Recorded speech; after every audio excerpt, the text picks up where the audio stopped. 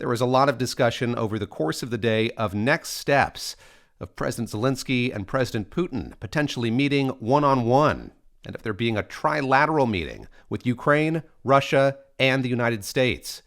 But according to Justin Sink, there is nothing on the schedule, and getting Zelensky and Putin together to talk is far from guaranteed. It's always hard to predict the future, but what I would say is that it gets into very, very dangerous territory for Ukraine. President Trump has already slowed down or essentially stopped many of the pure aid deliveries that the U.S.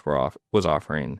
In moments of frustration, he's cut off some of the intelligence sharing. If Trump feels that Ukraine was the impediment to the talks going forward, it's a moment of peril for Ukraine. The alternate is we have seen Trump increasingly frustrated with Putin throughout this process. He said he thought this was going to be the easiest war to broker. He said in a hot mic moment at yesterday's summit that he thought, as crazy as it sounded, Putin was really sincere about trying to strike a deal with him. And if he feels that Putin was stringing him along, if he feels that Putin was lying to him and in fact has sort of embarrassed him as a president who has largely defended outreach and conversation with Russia, then it's possible that we could see the U.S.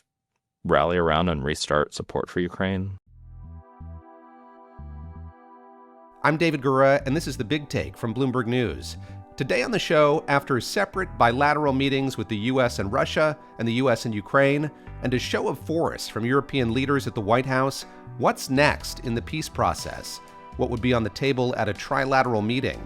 And what a peace deal would mean for Ukraine and Europe as a whole?